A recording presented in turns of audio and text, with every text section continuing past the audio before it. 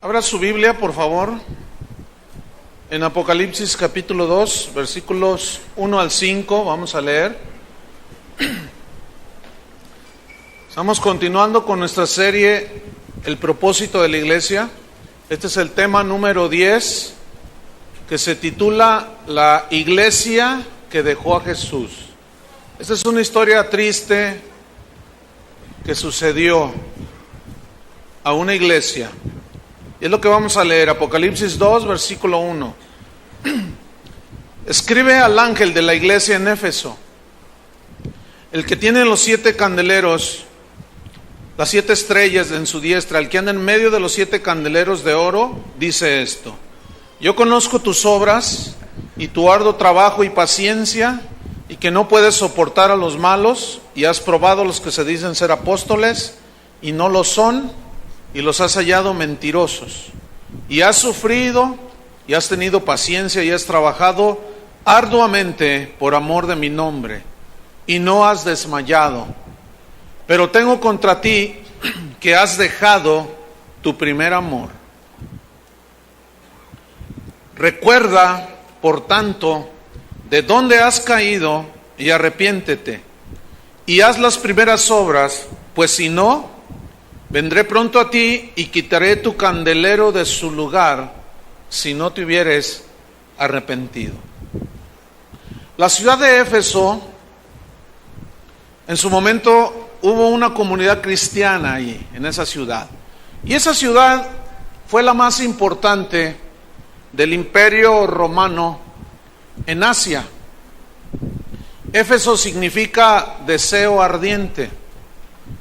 Y allí en esa ciudad adoraban a una diosa que se llamaba Diana, se conocía en el mundo como Diana de los Efesios.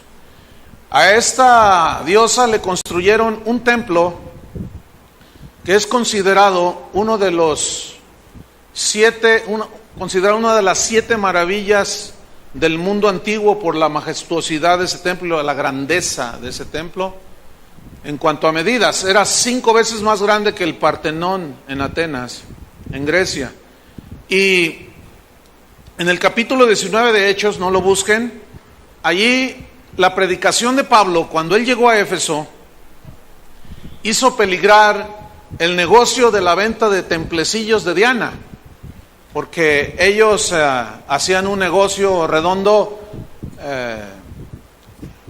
y hacían templos de la diosa Diana, e imágenes de la diosa, y pues como era el templo más majestuoso, llegaban miles en peregrinación, y vendían templecillos de Diana. Pero a la predicación de Pablo, el negocio pues empezó a ser afectado, porque pues Pablo decía que no eran dioses lo que se hacía con las manos. Y dice en Hechos 19 también que la ciudad de Éfeso, los habitantes de allí se consideraban guardianes del templo de la gran diosa Diana, y también guardianes de una imagen que adoraban de esa diosa, que ellos decían que les había caído de Júpiter. Sí, para hacer negocio, el ser humano se las gasta, siempre aprovechándose de la fe de la gente. Y ellos creían que la imagen que tenían dentro del templo les había caído de Júpiter, y que ellos lo guardaban. Y en el año 52 después de Cristo fue cuando Pablo llegó a fundar la iglesia a los Efesios, o ahí en Éfeso. Pero los que llevaron el mensaje y empezaron a ganar cristianos, fue a personas para Cristo, fue una pareja, un matrimonio que eran discípulos de Pablo, se llamaban Priscila y Aquila. No eran hermanas, como dijimos la otra vez, era un matrimonio. Aquila es el varón y Priscila es la mujer. Entonces ellos predicaron, pero Pablo fundó la primera iglesia ahí en Éfeso y vivió 2 años predicando el evangelio. Juan, que había sido expatriado a la iglesia, a la isla de Patmos, por razón del evangelio, allí fue donde él recibió la revelación del Apocalipsis. Cuando él fue libertado, se fue a vivir a la ciudad de Éfeso, y allí estableció su base, y de ahí él ministraba con su ministerio apostólico a todas las iglesias en Asia. que son a las que les mandó estos mensajes del capítulo 2 y capítulo 3 de Apocalipsis. Entonces, vámonos a ver qué fue lo que pasó con la iglesia que dejó a Jesús. ¿Qué fue lo que pasó con estos cristianos en Éfeso que habían recibido el Evangelio? Y hay una epístola maravillosa escrita para ellos. Pero algo pasó que dejaron a Jesús. ¡Qué increíble! Vamos pues al estudio de este pasaje, de estos 5 versículos. En el versículo 1 del capítulo 2 de Apocalipsis, si usted me sigue ahí, Cristo le está revelando aquí a San Juan, el apóstol, lo que debía escribirles a las iglesias. Y dice el versículo 1: escribe al ángel de la iglesia en Éfeso. Ángel, como lo hemos explicado en anteriores ocasiones, es una palabra que significa enviado. Pero aquí ángel se refiere al pastor, porque el pastor es el responsable de la iglesia. Pero cuando dice a la iglesia que está en Éfeso, se refería de una manera global a la iglesia, pero que estaba formada por muchas congregaciones. Es como aquí en Guadalajara. Aquí en Guadalajara está la iglesia en Cristo, pero hay muchas congregaciones. Pero cada congregación tiene un pastor, pastores, los cuales somos responsables de cómo hacemos funcionar, que funcione la iglesia de acuerdo a los principios y a los planes y a los propósitos de Dios. Si un pastor, cualquiera que sea alrededor del mundo, en cualquier iglesia, no cumple el ministerio que Dios le encomendó como pastor y guía y director para perfeccionar a los santos, el Señor hará responsables a los pastores. Así es que los pastores que nos escuchan alrededor del mundo, nada más les recuerdo que somos responsables delante de Dios de cómo dirigimos la iglesia. Y el mensaje justamente está escrito para el pastor, para que el pastor sea el que les comunique. La condición de una iglesia una iglesia está en determinada condición por cómo es dirigida. ¿Y quiénes dirigen? Los pastores. ¿Quiénes son responsables? Los pastores. Pero una vez que un pastor enseña las verdades de Dios y la congregación las escucha, el pastor ya libró su alma. Y también la gente es responsable. Entonces, ahí hay una corresponsabilidad. Primero el pastor, pero también los miembros de las iglesias en Éfeso eran responsables. Como aquí yo soy responsable directo, pero ustedes también son responsables cuando escuchan la palabra de Dios. Entonces dice, escríbele esto. Versículo 1, el que tiene las 7 estrellas en su diestra.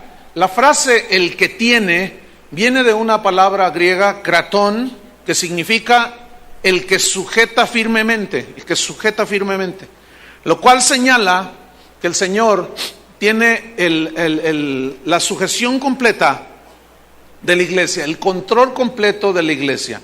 Todo lo que suceda en las iglesias que se precien de ser cristianas, no se le escapa al Señor, ¿sí? Él es el que tiene, señalando pues que Él es el dueño de la iglesia, que Él es el Señor de la iglesia. Entonces el que tiene las 7 estrellas en su diestra, sigo en el versículo 1, el que anda en medio de los 7 candeleros dice esto. La frase el que anda en medio se tradujo de una palabra griega peripaton, de donde se deriva también la palabra periférico, ¿sí? Que es como lo que tenemos aquí alrededor en la ciudad, el peri alrededor, feri de esfera, periférico. Entonces aquí dice, el que anda, peripaton significa el que camina alrededor, vigilando y cuidando todo lo que hacen los cristianos en las iglesias. Fíjense nada más. Eso significa el que anda en medio de los 7 candeleros. Los 7 candeleros simbolizan a toda la iglesia en general. Pequeñas, grandes, medianas, de todo tipo, de toda cultura, en toda la historia del cristianismo. Las 7 candeleros de oro simbolizan toda la iglesia. Entonces, Él anda en medio de todas las iglesias, vigilando qué se hace, qué no se hace, si lo que se hace está conforme a su palabra o no. ¿Sí? Después de todo, Él es el dueño, ¿no? Y Él tiene absoluto y total derecho de vigilar la iglesia. ¿Qué es lo que hace? Porque Él nos compró con su sangre y como dueño cuida su heredad. Versículo 2 le dice: yo conozco tus obras. Esta palabra yo conozco significa ni más ni menos yo veo lo que haces. Él ve lo que hace. Él ve lo que dejamos de hacer. Yo conozco pues todo lo que tú haces, porque le dice: conozco tus obras, todo lo que haces. Conozco la motivación con la que tú haces las cosas. Conozco el por qué viniste este domingo, cuál es tu intención. Conoce todo. Él conoce cuál es la razón del por qué adoramos a Dios hace un rato. Él conoce todo. Yo conozco tus obras y tu arduo trabajo, significa tu incansable trabajo, y paciencia. Ellos eran buenos para aguantar las pruebas, habían crecido, habían madurado y aguantaban las pruebas. Ellos sabían que las pruebas los hacían crecer, etcétera. Dice: yo conozco tus obras, tu arduo trabajo y paciencia, estoy en el versículo 2, y que no puedes soportar a los malos. La palabra malos se tradujo de una palabra que nos es familiar, que es la palabra griega kakos. ¿Ha oído esa palabra? Son unos cacos, o sea, unos malandrines. Pero kakos significa depravados. En este caso son depravados sexuales, pero también significa injuriosos, maleantes, malandrines, gente mala. Y Jesús les está aceptando y alabando lo que ellos hacían bien. Y si ustedes no pueden soportar a esta gente porque violaban los principios de Dios, y qué bueno, dice, ustedes no soportan a los cacos, qué bueno. Pero sigue diciendo: y has probado, estoy en el versículo 2, a los que se dicen ser apóstoles y no lo son. En otras palabras, has descubierto a los que se llaman a sí mismos apóstoles y los has encontrado falsos, mentirosos, que no lo son. Y ese tipo de discernimiento lo necesitamos todas las iglesias, todos los ministros, y más en estos últimos tiempos, donde la iglesia se ha enfermado de una enfermedad que yo llamo apostolitis aguda. Esa enfermedad le ha dado a muchos y hoy cualquiera es apóstol. Hay gente que tiene 2 años en Cristo y ya son apóstoles, hazme favor. Hay un desconocimiento total del ministerio apostólico y hoy todo el mundo se autodenomina apóstol. Ahora, hay buenos y verdaderos apóstoles. Pablo se encontró también con falsos apóstoles. Él había fundado la iglesia de los Corintios, pero unos falsos apóstoles llegaron y les dijeron: hermanos corintios, Pablo abusa de ustedes y nomás quiere su dinero. Y era el contrario. Entonces, los falsos apóstoles han infiltrado la iglesia desde los primeros tiempos de su existencia. Y los hay el día de hoy. Hay falsos apóstoles, tenemos que discernirlos. Cristo está alabando aquí ese punto bueno a favor de los efesios. Los has probado y los has hallado, dice en el versículo 2 al final, y los has hallado mentirosos. La palabra que se tradujo mentirosos es también familiar para nosotros, porque es una palabra griega, pseudos, pseudo apóstol, pseudo doctor, pseudo ministro, pseudo estudiante, pseudo, que significa falso, significa espúreo, significa engañoso. Y si tú los has hallado falsos, espúreos, engañosos, mentirosos, y qué bueno, versículo 3, y has sufrido y has tenido paciencia. Esto es en referencia, porque el contexto te lo dice, los falsos apóstoles habían afectado la iglesia de los Efesios, habían causado problemas entre los hermanos, habían trastornado la fe de algunos, y esto provocó división en la iglesia de Éfeso, porque es a ellos a los que Pablo les escribió: guarden la unidad del espíritu en el vínculo de la paz. Habían entrado maestros que empleaban con artimañas, con astucia, las artimañas del error, y habían causado problemas en la iglesia a los efesios. Entonces, habían sufrido, habían visto cómo se habían desviado, pero finalmente la iglesia supo discernir a todos esos y los echaron. Y eso es lo que debe de hacer toda iglesia: discernir a los falsos apóstoles.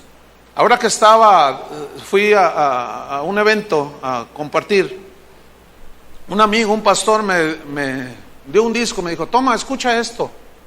Le digo: ¿de qué es? Tú escúchalo. Ya llegué aquí a Guadalajara y lo puse, y era de un supuesto apóstol centroamericano. Si ustedes escucharan lo que dice, mi esposa y yo lo íbamos escuchando. ¿Qué está diciendo ese? ¿Qué está diciendo? ¿Saben qué dice entre otras cosas? Dice: todos esos cristianos que están esperando que Cristo venga se van a quedar esperando. Y los hermanos: amén. Ay, tú dices. Yo le dije al pastor después: oye, un correo allí y hablamos. Oye, ¿tú estuviste en esa reunión? Y dice: sí. Y nadie le dijo nada, nadie lo bajó ese tipo. Dice: no, pues no. Le digo: no, hombre. Bueno, de estos ya los vas a ver en la televisión en vivo, y es bueno discernirlos, porque son unos cacos, son unos pseudos, son mentirosos, y eso les causó sufrimiento, pero ellos aguantaron. Dice: has sufrido y has tenido paciencia y has trabajado, dice, arduamente. Eso significa un trabajo incansable. Has trabajado incansablemente por amor de mi nombre. La frase por amor de mi nombre, trabajado por amor de mi nombre, significa: has trabajado incansablemente haciendo cosas para mí. Entonces aquí notamos algo en la iglesia de Éfeso. Eran cristianos sumamente activos.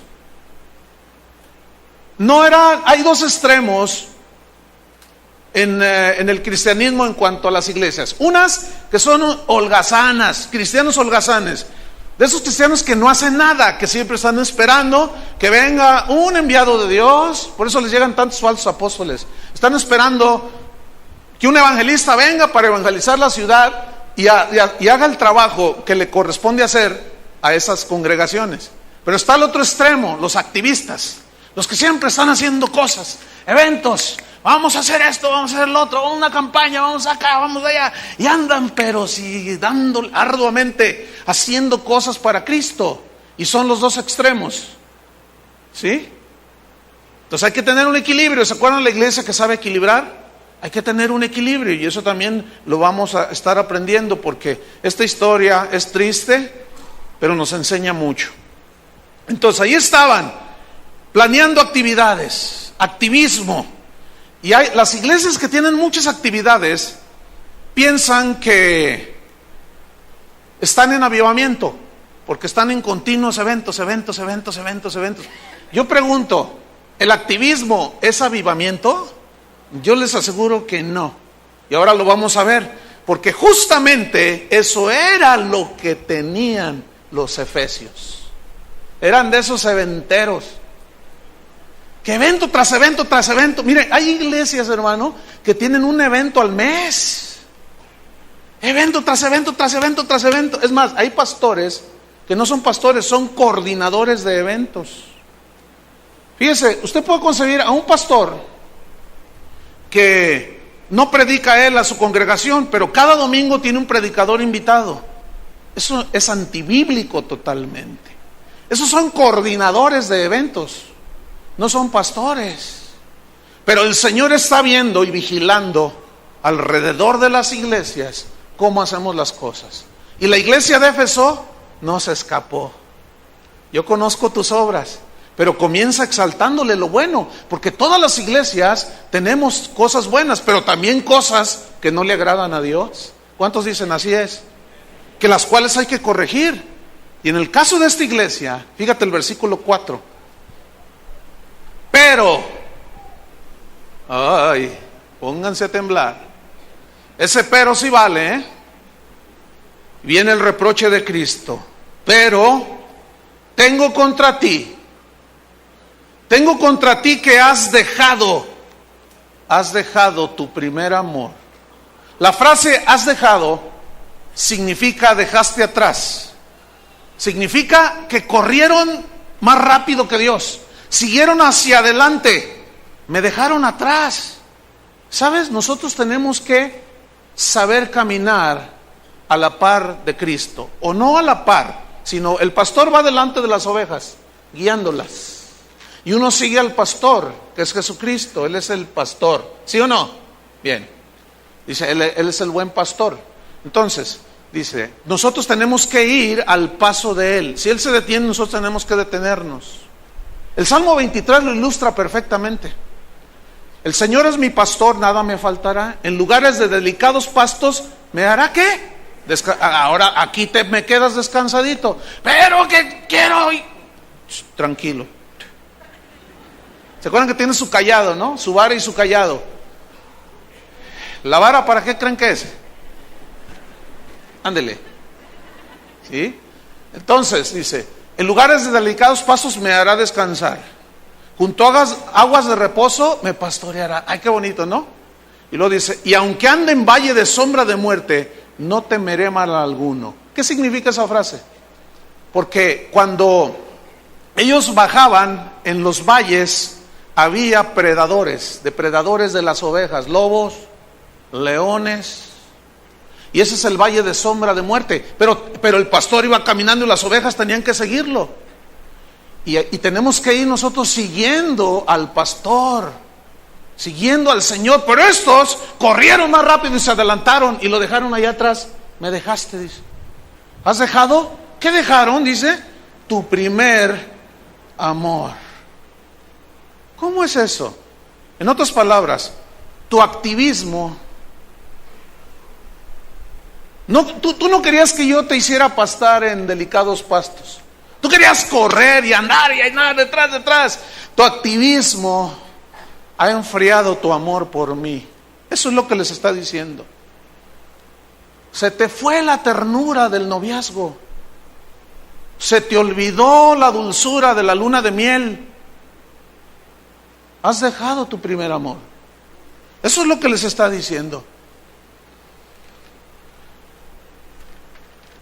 ¿Cuántos son casados aquí? Levanten su mano. ¿Se acuerdan cuando andaban noviando? ¿Se acuerdan, señoras, qué es lo que hacía tu esposo, en aquel entonces tu novio, para conquistarte? ¿Se acuerdan? Era bien caballeroso, ¿verdad que sí, señoras? Ay, era bien atento, y era romántico, y te bajaba la luna y las estrellas, ¿verdad? Y tú estabas embelesada porque te conquistó con palabras hermosas. Entonces, un día, pues ese enamoramiento te llevó al altar con él y te casaste con él. ¡Uy, la luna de miel! ¡Ay, qué bonito, romántico! ¡Aleluya! Pero después, algo pasó. La rutina de la vida, que es un proceso lento, donde la rutina provoca enfriamiento del amor. No se codeen, por favor, hermanos. ¡Ay, ese romanticismo! Se nos olvida a los varones. Si yo les pregunto, ¿amas a tu esposa? Va a decir, sí, claro que la amo. Pero ella necesita saber que ella necesita oír que tú le dices que la amas. ¿Sí o no? Si yo les pregunto, ¿amas a Dios? Me va a decir, sí, pero Él necesita oír que tú le digas que lo amas. Y las esposas están esperando, pero nosotros, el trabajo, llego cansado. La mujer quiere comunicar, pero es que llego cansado. Y ellas no están cansadas. Ellas no trabajan, ¿verdad? Varones son bien flojas. No hacen nada las señoras en la casa. ¿Verdad, señoras, que no hacen nada? No. Ellas quieren comunicarse con el esposo, quieren hablar, pero nosotros somos despistados, estamos cansados. Ellas quieren hablar, hermanos. Cristo quiere hablar con su novia. ¿Quién es la novia? La iglesia. Y la novia necesita hablar con el novio. 10 novias en la Biblia estaban esperando con el que se iban a casar. Y 5 dijeron, no, se va a tardar. Y se fueron a la fiesta, y se fueron allá, y se fueron más allá. Que al cabo... Y llegó el novio, y las otras 5 estaban preparadas, y 5 nada más entraron a la boda. La Biblia dice que va a haber una boda, las bodas del Cordero. Y su esposa, dice, se ha preparado. ¿Quién es la esposa? Nosotros. Pero es una relación, algo pasó aquí. Se enfrió el matrimonio. ¿Por qué? Porque la rutina, el trabajo, de diario se empieza a relajar. Y como él ya se le quitó lo atento, lo caballeroso, lo romántico, ella dejó hasta de bañarse. Dejó de peinarse. Pues menos le dan ganas de decirle cosas bonitas al marido. Total, los matrimonios entran en crisis. ¿Por qué? Porque la llama del amor se empezó a apagar. Los bomberos del infierno lanzaron un chorro, pero de 10 pulgadas de diámetro, para apagar el fuego entre ustedes, matrimonios. Fíjense, a propósito del Congreso de Matrimonios que tenemos en este mes, siempre se dan estas escenas. Estamos allá y pues es bien bonito, ¿no? Y de pronto, pues estás platicando con alguien y de pronto la señora empieza a llorar, ¿verdad, chava? Y empieza a llorar. Y ¿qué le pasa? ¿Se siente mal? No, es que estoy muy feliz. Y el marido está así, ¿verdad? Pues qué bueno que está feliz. ¿Y por qué está tan feliz? Es que hace 25 años me casé y es la primera vez que me saca ¿Sí o no, chava? Y luego uno los voltea a mirar, los volteas a verlos a los maridos y hermano, usted sabe el trabajo, usted sabe, no hay dinero, usted sabe, y por eso tu matrimonio está en crisis. Maridos, no permitan que el fuego del amor se les apague. Báñense. Lávense la boca. Sean románticos. Amen a sus esposas, cuídenlas. ¿Les gustó eso, señoras? ¿Qué? ¿Les gustó, señoras? ¿Ustedes también báñense?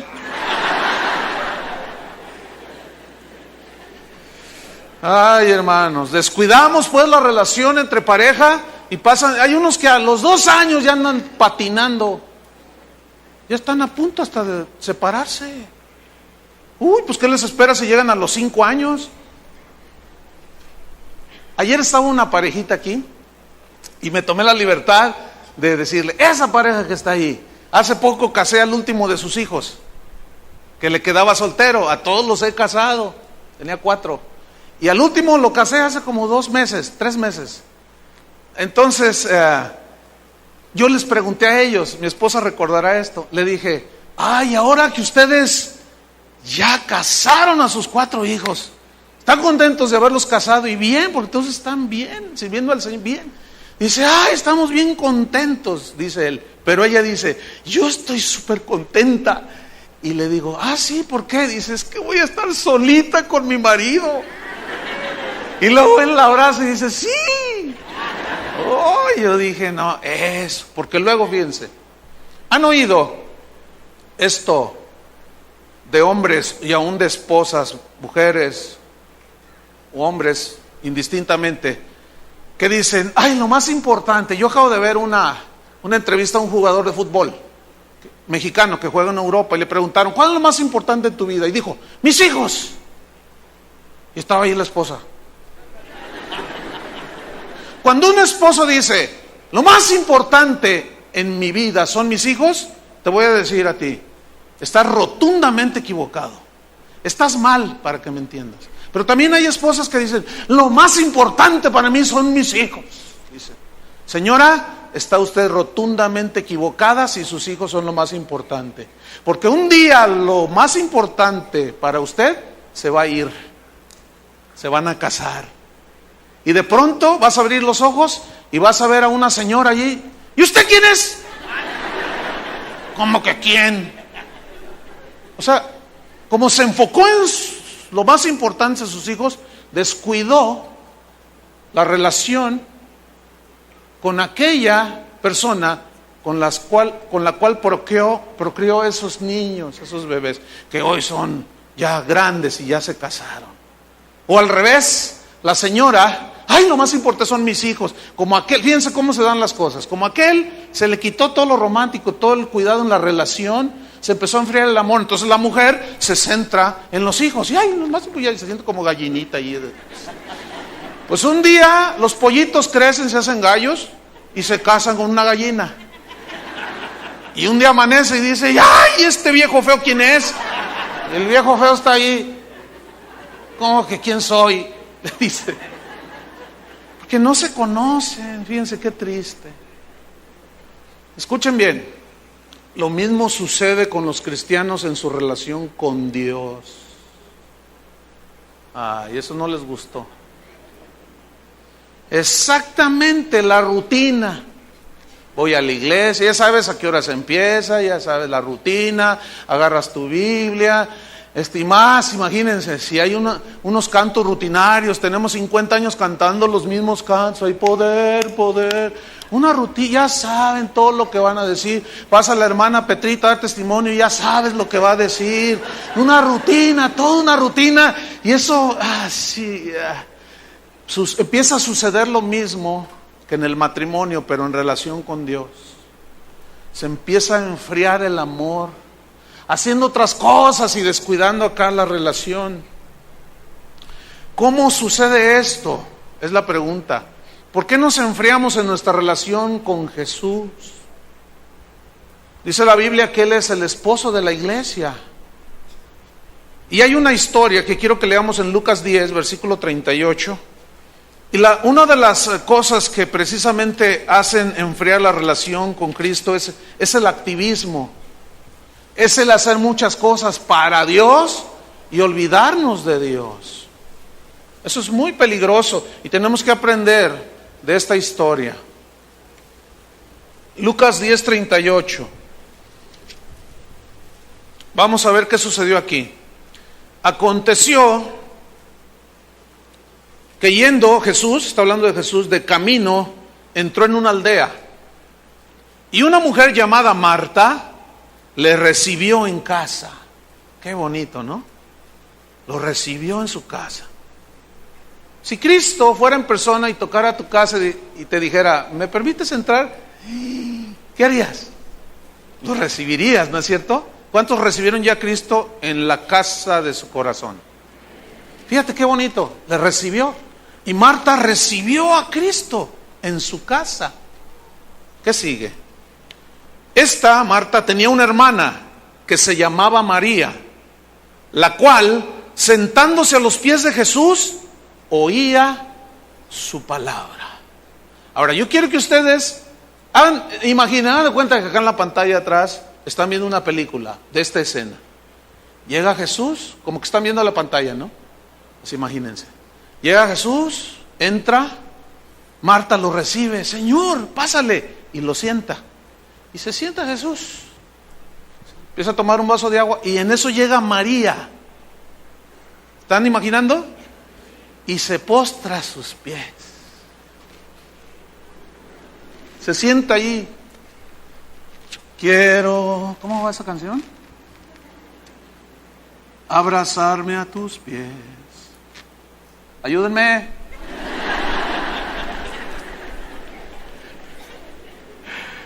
Ay, y decirte cuánto te amo, Señor.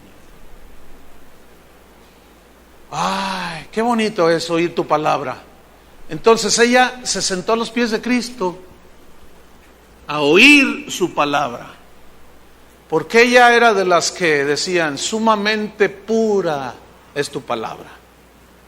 Cuán dulces son a mi paladar tus palabras, lámpara es a mis pies tu palabra, como cantamos hace un rato, y lumbrera a mi camino. Qué dulces son a mi paladar tus palabras. ¿A quién iré si solamente tú tienes palabras de vida eterna? Y Jesús le hablaba. No dice que hablaba con ella, Pero Jesús suele hablar palabras de amor. Y Jesús sabe consolar y sabe llenar el vacío del corazón humano. Y María estaba ahí. Déjame estar. Y lo miraba, abrazado a tus pies. Y Jesús la miraba y la amaba. Y María lo amaba. ¿Qué cuadro tan más bonito, ¿no? Pero vea lo que sucede después. Versículo 40. Pero Marta se preocupaba con muchos quehaceres. Aquí la palabra se preocupaba significa en el griego distracción. Se distraía con muchos quehaceres. Escúchame bien. Cuando tú andas haciendo para acá y andas contrarreloj y que llevas a los niños a la escuela, otra al trabajo y comes parado y te vas comiendo la hamburguesa. Llega un momento en que te distraes de las cosas que verdaderamente tienen valor y pierdes la paz. No hay nada más triste para un cristiano que pierda la paz. Y la preocupación por el qué será mañana, que luego entonces empiezas a afanarte, quiero una casa mejor, quiero eso. Por eso Jesús les dijo, no se afanen qué comerán, qué vestirán. No se preocupen, no se distraigan, porque eso los puedes distraer. Si tú vas conduciendo y vas pensando en otras cosas, luego a eso te suena el celular y vas hablando y vas a estrellarte, vas a chocar por distracción. Entonces dice que Marta se distraía, se preocupaba ¿con qué? Con muchos quehaceres. Escúchenme bien. Les voy a decir una verdad profunda. ¿Ya se amarraron el cinturón? A ver, háganle así. Los quehaceres nunca se van a acabar. Esa es la verdad profunda.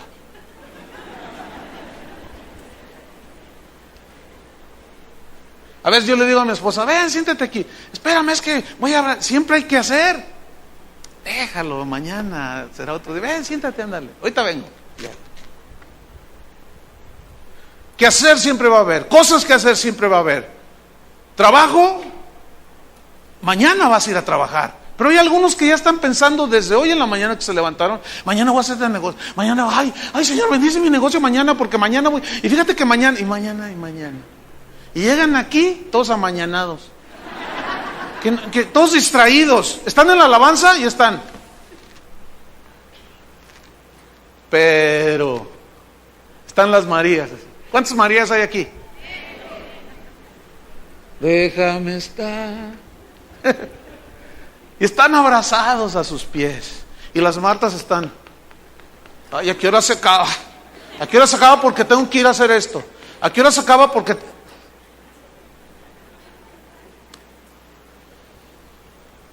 Se preocupaba con muchos quehaceres y acercándose dijo, fíjate, dos tipos de acercamiento. María va y se postra y oye y habla con él.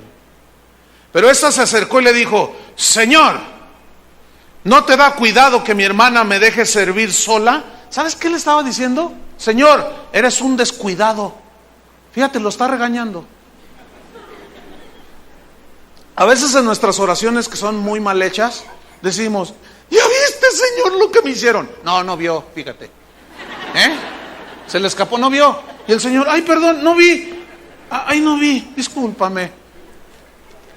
Señor, ¿ya viste lo que me está pasando? No he visto, fíjate. El Señor no ha visto, ¿Y todo por qué? Porque estamos bien desubicados, bien desordenados.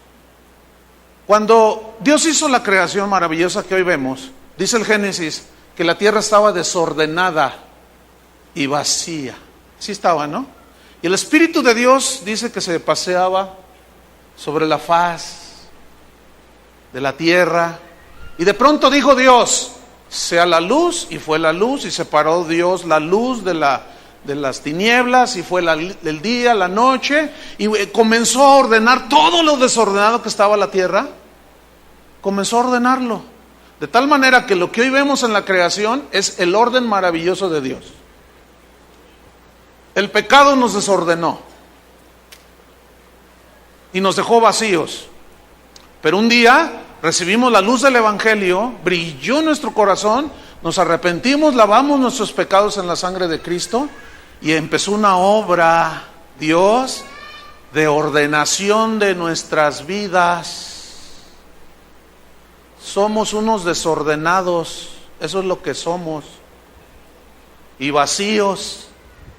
Pero llega Jesús, y si tú no lo oyes y te pones allí con Él, no te va a decir cuál es el desorden de tu vida, y no sabes. Por eso las señoras dicen, lo más importante son mis hijos, y cosas de esas. Y hay un desorden, y el Señor entra para poner orden. Eso es lo que quería meter, orden en la iglesia de Éfeso.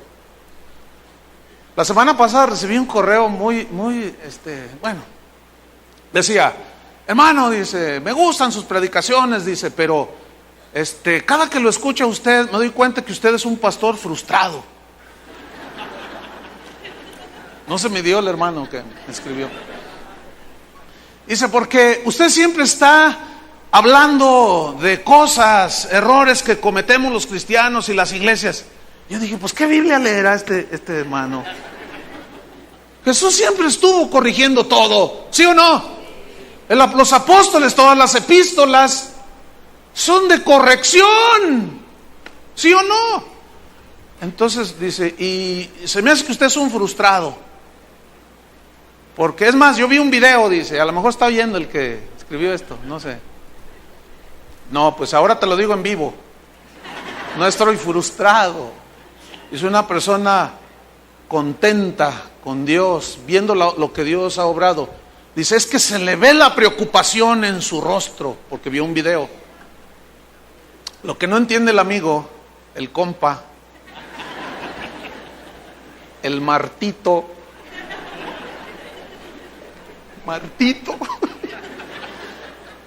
es que la preocupación aquí, sí hay preocupación, pero porque la iglesia camine en el camino de Dios. Y ese es otro tipo de preocupación, no es la distracción de Marta. Entonces yo le contesté así, pues amablemente al hermano Martito, y le dije, no, mira, no estoy frustrado y sí estoy preocupado por la iglesia porque he visto mucho. Evidentemente tú no has visto nada. Después me di cuenta que este hermano vive en un país del primer mundo y me enteré cuál fue la enseñanza que escuchó y después ya me enteré por qué me dijo que yo era un frustrado, porque lo que dije le caló.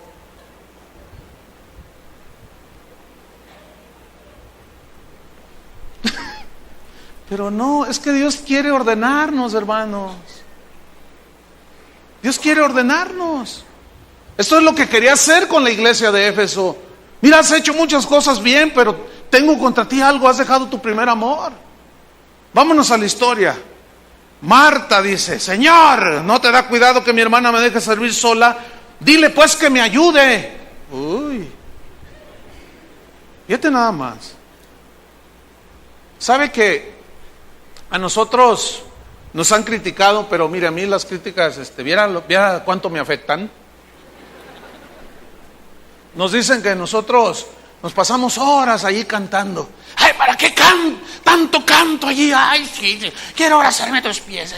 Ay, que no sé qué. ¿Para qué tanto? ¿Para qué tanto? Mientras que ustedes están allí adorando a Dios, el mundo se va al infierno.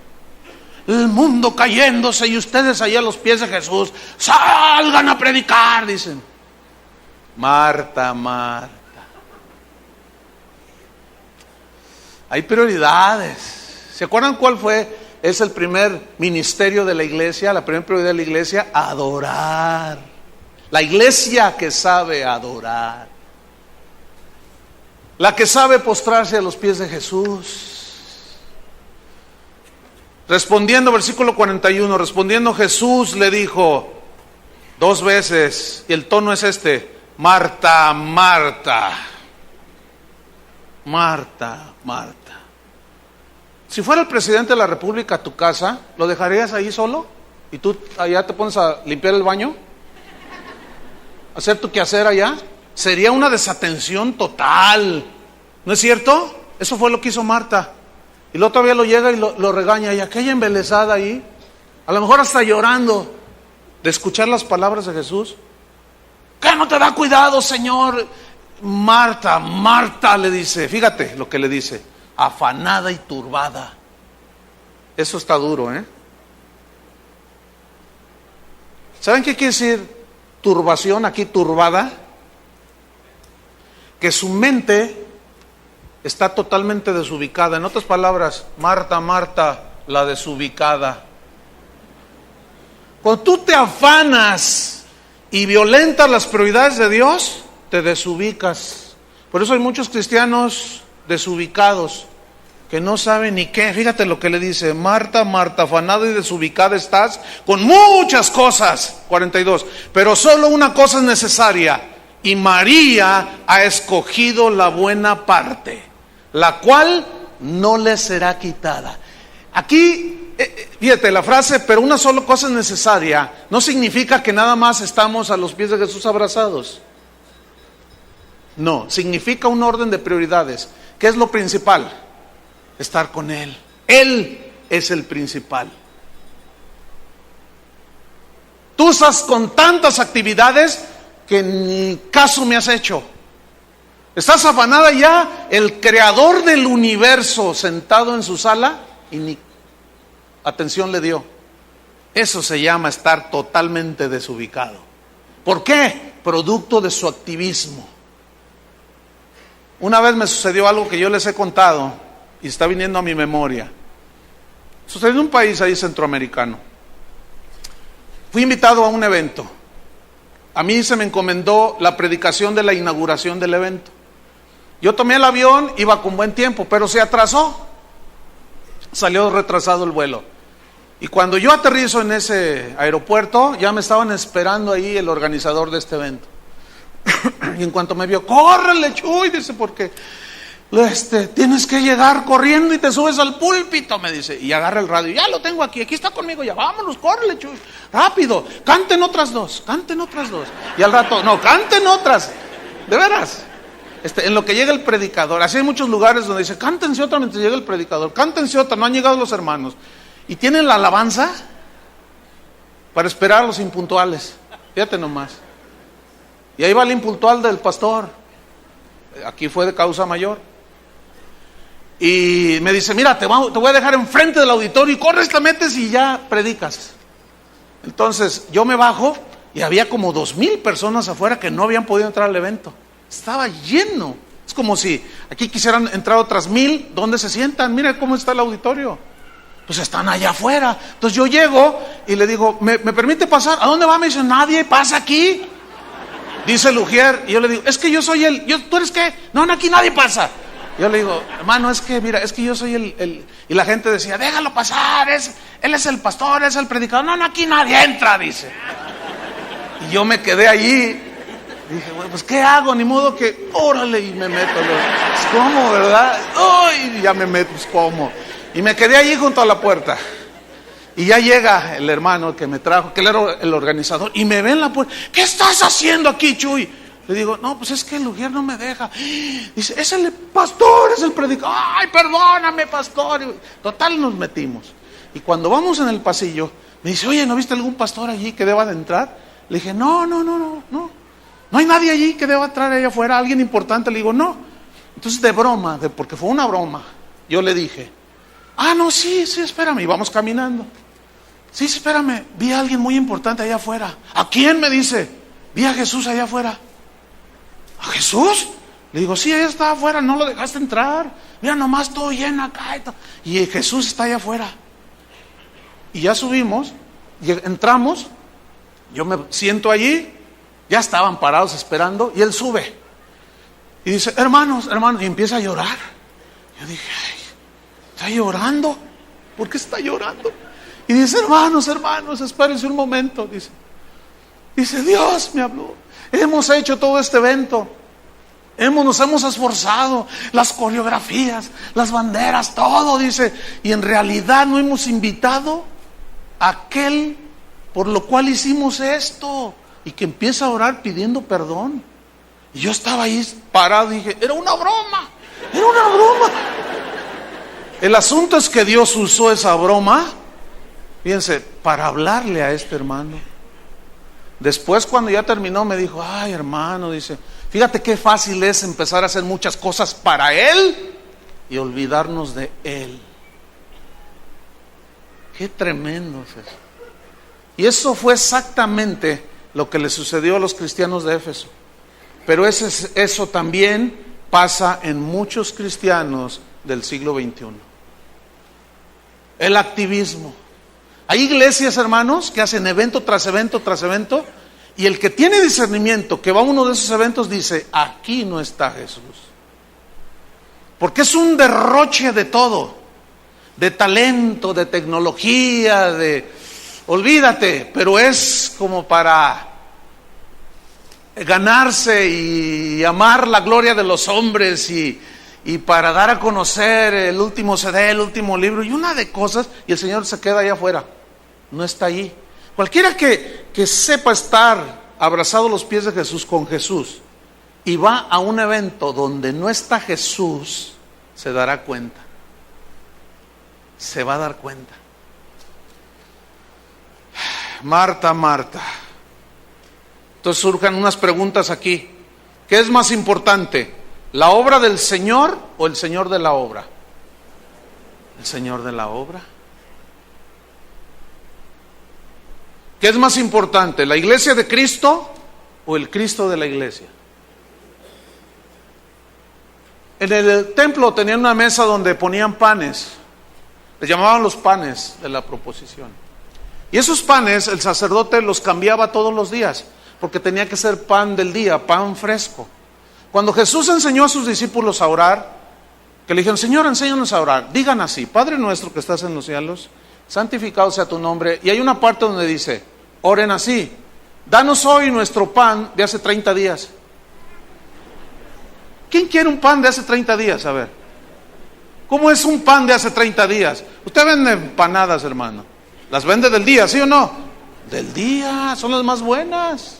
¿Quién se va a comer un pan de hace 30 días? A ver, ¿por qué? Porque el pan que el sacerdote cambiaba en la mesa cada día hablaba de la frescura, del alimento de Dios. Jesús es el pan de la vida. Fíjate, dice la Biblia que sus misericordias son nuevas cada mañana. Nuevas. Es decir, la misericordia que Dios hoy tiene de nosotros es distinta a la de ayer. La misericordia de mañana será nueva. Así con nosotros, hermano, nuestra relación con Él. Él nos hizo nuevas criaturas para darle todos los días una acción de gracias nueva. Un cántico nuevo. Yo les urjo a los directores de alabanza aquí para que compongan cantos nuevos. Porque llega un momento en que ya sabemos los cantos, ¿verdad? Y una vez que caemos en una rutina. Y una vez estaba en un lugar y estábamos pues un lugar, una congregación, y estábamos en la alabanza, ¿verdad? Y estábamos cantando ese coro antiguo de solo Dios hace al hombre feliz. ¿Lo han oído? ¿Cuántos lo han oído? A ver, ayúdenme. Solo Dios hace al hombre feliz, la vida es nada, todo se acaba. Solo Dios hace al hombre. Y estábamos ahí todos. Entonces yo estaba así junto al pastor, y ya alguien por detrás a decirle algo, le dice, pastor, hace. Y luego él, solo Dios hace al hombre feliz, solo Dios hace al hombre feliz. La vida es nada, todo se acaba, solo Dios hace al hombre feliz. Y yo lo miré y le dije, oye, ¿qué onda pastor? Le dije, ¿te fijas cómo ya hasta lo dices ya? Porque te lo sabes ya, una rutina. Cántico nuevo al Señor. Porque un cántico nuevo son palabras nuevas que tú le dices al Señor. Y esto mantiene la llama del amor ardiendo. Tenemos que ser frescos, enamorándonos cada vez más de Jesús. Imagínate una esposa que le dice a su esposo, mira, Pancho, la ley me obliga a estar contigo y aquí estoy cumpliendo. Te voy a lavar la ropa, tengo que cumplir y cumplo. te voy a hacer de comer, voy a cuidar a tus hijos, voy a hacer lo otro, voy a hacer la casa, todo, pero debes de saber que mi corazón es de otro, ¿eh? ¿Se imaginan una señora así? Pero yo cumplo contigo. ¿Se imaginan a una señora diciéndole eso a su marido? Bueno, pues eso es exactamente lo que hacen algunos cristianos. ¿Cómo? Yo ya cumplí. Yo ya cumplí con venir, ya cumplí. Luego te vas con el otro.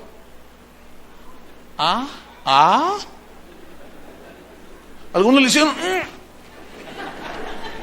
Estás aquí, pero tu corazón es de él, fíjate.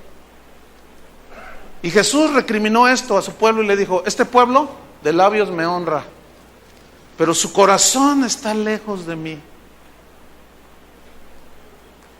Yo me acuerdo cuando estaba joven, adolescente, que me mandaban a misa, me mandaban.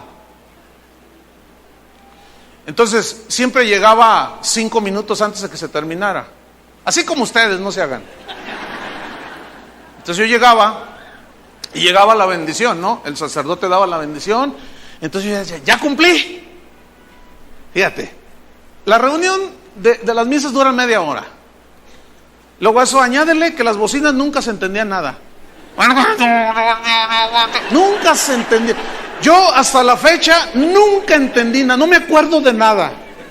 De veras, yo no me acuerdo, no sé ustedes, pero yo no me acuerdo de nada, porque nunca entendí nada. Y aparte de eso, llegaba hasta el final, a la pura bendición, y luego salía bien contento: ya me voy, porque ya cumplí. Y luego me iba con el otro, me iba a la borrachera. Un día, una prima mía, voy a confesar un pecado que ya está perdonado. Una prima mía me dijo: oye, primo, ¿quieres ser mi compadre? Bautízame a mi hijo, ándale. Y yo le dije: pues sí, ¿cómo no? Claro, prima, vamos a ser compadres también. Entonces le dije: oye, pero ya te aceptaron que bautizan al niño, porque era madre soltera. O sea, el papá ni estaba. Entonces dice: pues le eché mentiras, que no podía estar, que anda de bracero allá en los Estados Unidos. Y pues aceptó bautizarlo. No estaba casada, ¿no? En fin. Entonces le dije: bueno, está bien, pues somos compadres. Entonces, pues hay que cumplir, ¿no? Entonces, el día del bautismo, la noche anterior yo me había ido a una fiesta y llegué bien crudo. Me da pena decir esto, pero lo voy a decir. Y llegué crudo, y más que crudo, mal. Entonces, estaba allí y el ministro me dice: ¿quién es el padrino? Le digo: yo.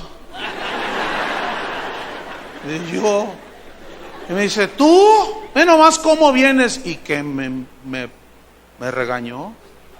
Dice: ¿sabes lo que es un padrino? Pues un compadre, le dije. Mira nomás, me dice. Y el papá del muchacho dice: no le dije, padre, que se fue a los Estados Unidos. ¿Qué nomás qué es esto? Y nos empezó a regañar, hermano. Dice: tú, padrino, un padrino, dice, es uno que va junto al padre. ¿Dónde está el padre? Ya le dije que... Y tú, borracho, ¿vas a guiar a este muchacho en los caminos de Dios? Pues sí, le dije. Me dijo: vergüenza te debería de dar. Y bautizó al niño. Y ya cumplimos con la iglesia. ¿Y sabe después a dónde nos fuimos? Con el otro. Así estamos hoy muchos. Seguimos igual de religiosos, hermano. Mire, aquí hay gente que después de aquí se va con el otro.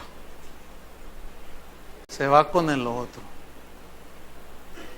No me vean feo, por favor, Reciba lo que Dios le está diciendo. Si ustedes notan, desde que empezó la alabanza y la palabra, han abusado de mi gracia algunos. Vino alguien aquí y me dijo: oiga, pastor, ¿se vale de todo aquí? No, si eso es de lo que más predicamos en contra. No, pues es que la persona que me compartió dice: pues va a tener una fiesta, y me invitó y me dijo que va a haber de todo. Contrataron a Rigo Tobar, lo trajeron de allá del tercer infierno. música mundana, botellas de tequila, todo, gloria a Dios, aleluya. ¿Y tú qué le dijiste? Le dije, oye, pues si tú me ganaste para Cristo, sí, pero no hay que exagerar tanto. No exageren, hermanos, Pueden andar en el mundo, síganle. Vamos con el final de la historia.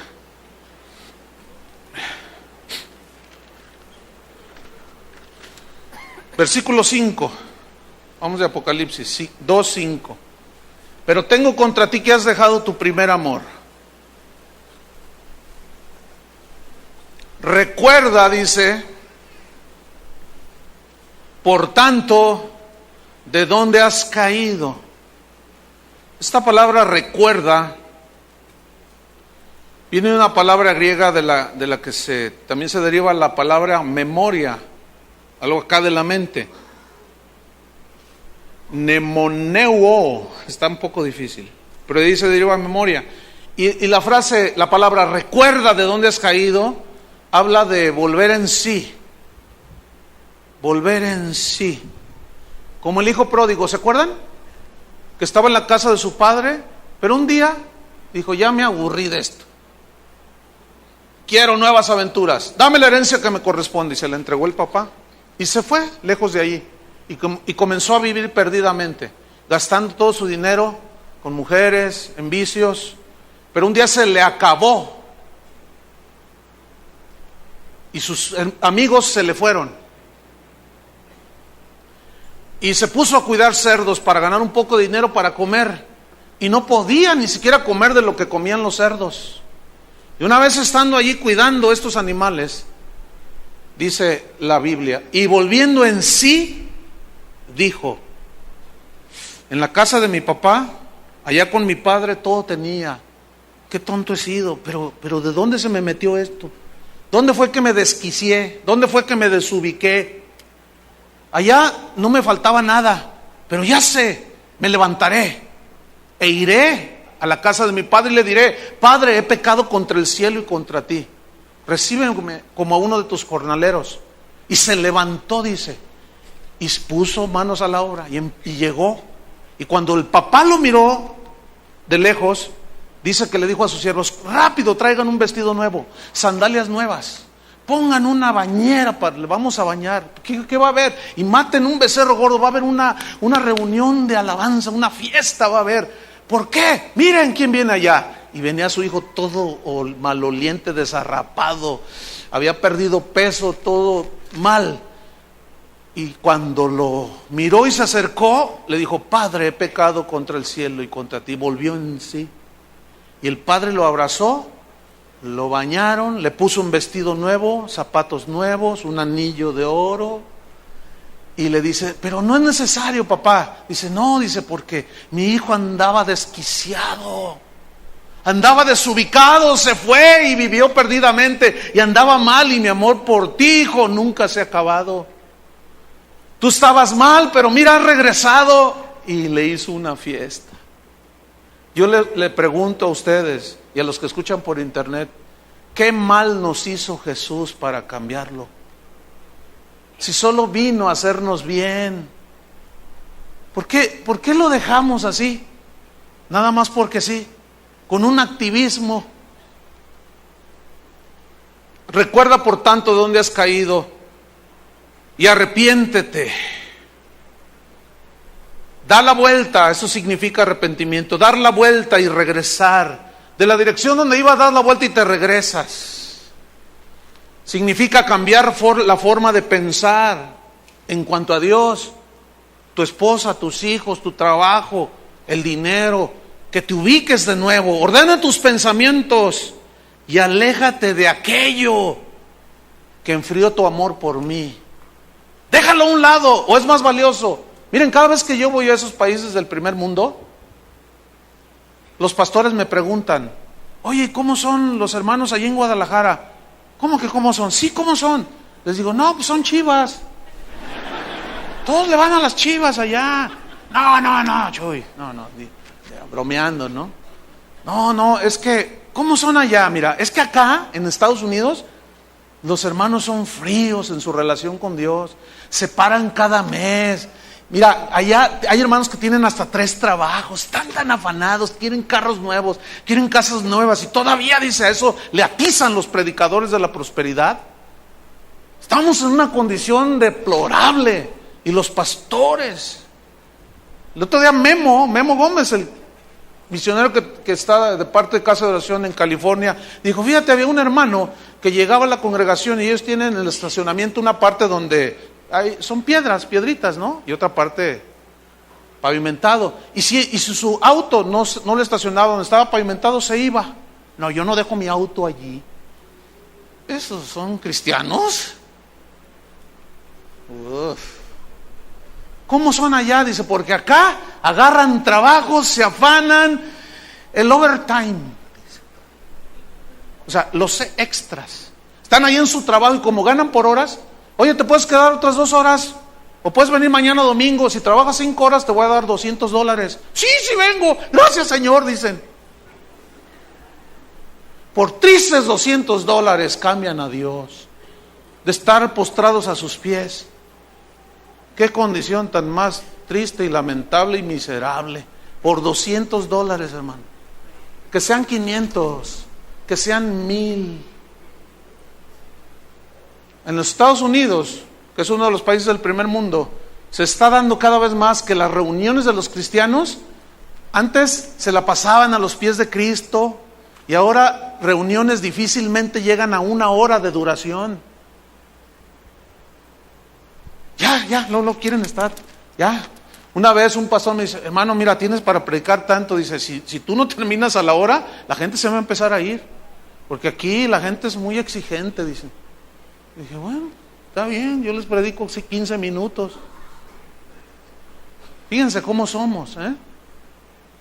Pero 1 hora para el Señor se les hace larguísima, y 3 horas en el cine se les hacen muy cortas. 4 horas para ir a ver la final del fútbol americano, y 1 hora en la iglesia se les hace muchísimo. Un billete de $20 se les hace grandísimo cuando hay que darlo en la ofrenda, pero en el centro comercial se les hace chiquito. Así están los cristianos de hoy, hermano. Cambiamos a Jesús por cualquier $20, por cualquier carro y cualquier cosa. Yo pregunto, ¿eso es justo? Vean lo que sucedió con esta iglesia. Arrepiéntete y haz las primeras obras. O sea, la calidad de la relación. Pues si no, agárrense, agárrense, cristianos del tercer mundo. Pues si no, viene la advertencia de Jesús: vendré pronto a ti. Esto es individual y colectivo. Vendré pronto a ti y quitaré tu candelero de su lugar. ¿Qué es un candelero? Donde pones las candelas, las velas, para alumbrar. Jesús dijo que somos la luz del mundo, ¿se acuerdan? Pero si esa luz y esa sal se desvanece, no sirve más para ser pisoteada. Así dijo. Quitaré tu candelero de su lugar si no te hubieres arrepentido. ¿Saben cuál fue el final de la iglesia de Éfeso? Me puse a buscar en la historia de la iglesia y encontré algo tremendo. No se arrepintieron, hermanos. Su candelero fue quitado de su lugar. Hoy tú vas a la ciudad de Éfeso, en el Asia, ya por Turquía, y el guía de turistas te dice: esta fue la antigua ciudad de Éfeso. Estas son las ruinas del templo de Diana. Estas son las ruinas de esto. Estas son las ruinas. ¿Sabes que la ciudad de Éfeso en la actualidad son puras ruinas? No hay nada. Es más, la mayoría de los habitantes de esa región son musulmanes. Y yo me quedé y dije, wow. Y hay una iglesia, Esmirna, en el capítulo 2, versículo 8, no lo busquen. A esa iglesia el Señor, junto con la de Filadelfia, no le recriminó nada. Caminaban con el Señor. Entonces empecé a buscar la historia de las demás iglesias y me encontré que la iglesia de Esmirna, que está en la costa de Turquía, En la actualidad es una ciudad que se llama Izmir, con Z, Izmir. Pero ¿saben que esa Izmir de hoy es la antigua Esmirna de hace 2000 años? Y está en pie, con una comunidad de cristianos fervorosos, llenos del Espíritu Santo. Es donde más cristianos hay en esa parte de Turquía, en Esmirna. ¿Saben qué sucedió? Dios quitó el candelero de su lugar. Yo he visto a muchos cristianos en esta iglesia pasar, pero algo pasó, se les enfrió el amor, algo pasó. Como aquel hermano: pastor, ore por mí, voy a poner un negocio, que Dios me bendiga. Le dije: voy a orar, pero cuando Dios te bendiga, no te olvides de Jehová, no te olvides de Dios, le dije. Cuando prosperes. No, hermano, ¿cómo cree? Y vino 2, 3 domingos, después se desapareció. A los 6 meses llega. Le digo: oye, hermano, ¿dónde has estado? Es que Dios me ha bendecido, hermano, ya tengo hasta 2 sucursales. Y mira, hermano, ya tengo una flota de camionetas, me dice. No sé si esté aquí el hermano ahorita, no sé. Vale, en este caso es una ventaja estar medio, porque no veo muy bien, veo medio borroso. Entonces no sé si está. Y dice: no, dice, Dios me ha bendecido bien tremendo. Le digo: sí, pero ya te olvidaste de Dios. ¿Por qué ya no vienes? Ay, hermanos, el trabajo no me permite. Ah, le digo, yo te lo dije. Y fíjate lo que le dije: ten cuidado porque Dios te ama. Y me miró: ¿qué me quiere decir? Ten cuidado, le dije, porque Dios te ama. ¿Entienden lo que le quise decir? Se desapareció. Como a los 6 meses, termina una reunión como dentro de un momento, y estaba allí parado, estaba así. Dije: no, ya. No. Le toca su turno para hablar conmigo. ¿Cómo estás? Hermano, el negocio se me vino para abajo. Dale gracias a Dios, le dije. ¿Cómo gracias a Dios? Le dije: sí, porque mira, te estaba alejando de Dios. No supiste manejar todo eso. Yo te dije: ten cuidado porque Dios te ama, y Dios al que ama, disciplina. ¿De qué te sirve ganar todo si pierdes tu alma y te alejas de Dios? ¿De qué te sirve? Y Dios quitó su candelero de estos. Yo he visto en esta ciudad infinidad, docenas de iglesias que empiezan, y al rato, mire, esos locales que rentaron, algunos son consultorios de dentistas, otros son centros nocturnos, otros, ¿dónde están? Quitó su candelero. Me encuentro a mucha gente cuando salgo, donde quiera me los encuentro. Oye, ¿y por qué no vas? No, pues es que no, yo ya no.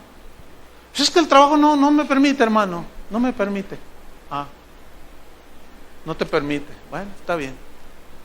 Es que tengo que trabajar, hermano. Bueno, cada quien.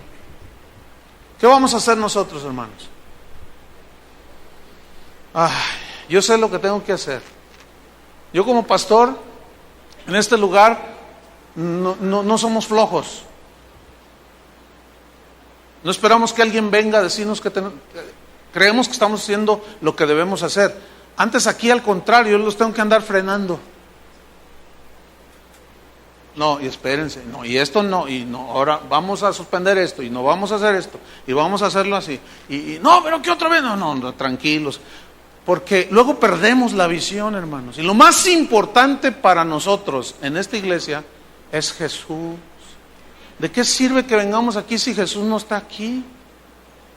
¿De qué sirve venir y cantar unos cantitos que ya no sabemos si nuestro corazón está por otro lado? Necesitamos, cada quien, volver a nosotros. O sea, reflexionar, meditar y decir: ¿qué estoy haciendo? Y volverme a ubicar. Dios está en primer lugar. ¿Quién sigue? Tu familia. ¿Cómo está con tu esposo, tus hijos, tu trabajo? Hay un orden de prioridades. Del desorden Dios nos quiere ordenar. Esta fue la triste historia de una iglesia que dejó a Jesús. Algunos están a punto de que su candelero sea quitado. Pero el Señor dijo, recuerda de dónde has caído y arrepiéntete. Hace rato nos llevaron a un arrepentimiento, ya Dios urgiendo. Y yo le dije a Toño, le dije, ¿será bueno volver a hacer el llamado al arrepentimiento? Me dice, sí, porque te aseguro que hay algunos que ni por aquí les entra. Pero espero que después de esta palabra, aquellos que andan así hayan entendido el mensaje. Que permanezca tu candelero. Amén. Cierra tus ojos ahí donde estás. Vamos a tener un par de minutos. Nadie se levante, por favor. Un par de minutos de reflexión. Algo tenemos que hacer o dejar de hacer. ¿Cómo estamos? ¿Cómo estamos? ¿Cómo andamos? ¿Estamos afanados, turbados con tantas cosas? ¿O cómo estamos? ¿Como Marta o como María? No tenemos tiempo de detenernos un poquito. ¿Lees la Biblia? ¿Estás con el Señor? ¿O no tienes tiempo? Por tantas cosas que hay que hacer. La palabra de Dios dice que todo lo que hagamos, sea de palabra o de hecho, sea para la gloria de Dios. Eso significa que debe estar en nuestra mente la gloria de Dios. Si yo voy a hacer una reunión familiar, esa reunión debe darle gloria a Dios. Yo te pregunto, ¿las reuniones que tú haces le dan la gloria a Dios? ¿Los lugares donde tú asistes y lo que haces le da la gloria a Dios? Porque decimos, y yo les pregunto ahorita, ¿amas a Dios? Me van a decir todos que sí. Pero saliendo de aquí, se van con el otro. Yo creo que ya es tiempo de que aquellos que andan así rectifiquen. Tal vez sea la última llamada de atención, no lo sé. Porque la sentencia aquí fue, arrepiéntete, porque si no vendré pronto a ti. Y quitaré tu candelero de su lugar si no te hubieses arrepentido. Arrepentirse es volver hacia atrás otra vez, del lugar donde te desubicaste y volverte a detener y seguir los pasos de Jesús con calma. A veces Él te va a detener y te va a pastorear, a veces te va a hacer pasar por pruebas, valle de sombra de muerte, pero el rey David decía, pero no temeré mal alguno porque tú estarás conmigo. Padre, en el nombre de Jesús te damos gracias. Te damos gracias, Señor, porque tú nos amas y siempre nos corriges y siempre enderezas nuestros pasos.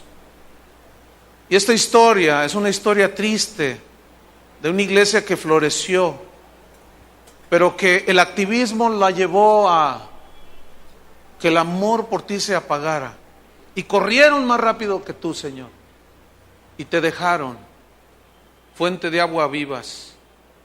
Y cavaron para sí cisternas rotas que no retienen el agua. Señor, ten misericordia de nosotros. Tú conoces nuestras obras, lo que hacemos, lo que somos, lo que pensamos, lo que hacemos, lo que tenemos. Y tú conoces todo, Señor. Ten misericordia de nosotros, Señor. Ayúdanos.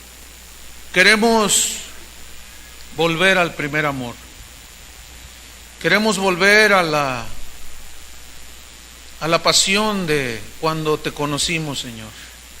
Que todo era tan hermoso y hablábamos de ti, nos levantábamos cantando, continuábamos cantando, escuchábamos alabanzas, leíamos tu palabra, oíamos grabaciones, predicábamos de ti, hablábamos, testificábamos, estábamos contigo, se nos hacía lejos el día jueves, el día domingo para venir como un cuerpo, como la novia para adorarte. Pero la rutina, Señor, es una enemiga implacable. Y tal vez esa rutina ha llegado a nuestras vidas, Señor. Queremos sacudirnos de todo esto, Señor, y renovar nuestros votos contigo. Pónganse de pie, hermanos, por favor. Levanten sus manos a Dios como una señal de rendición. Jesús dijo, no puedes servir a dos señores. No puedes servir a dos señores, es imposible. No puedes servir a dos señores. O amas a uno y desprecias al otro. No podemos amar a Dios y amar al mundo, no, es imposible. Levanta tus manos al Señor, renueva tus votos con Él. Si Dios te habló, haz caso a la voz de Dios, así es, muy simple. De aquí depende que tu candelero permanezca encendido.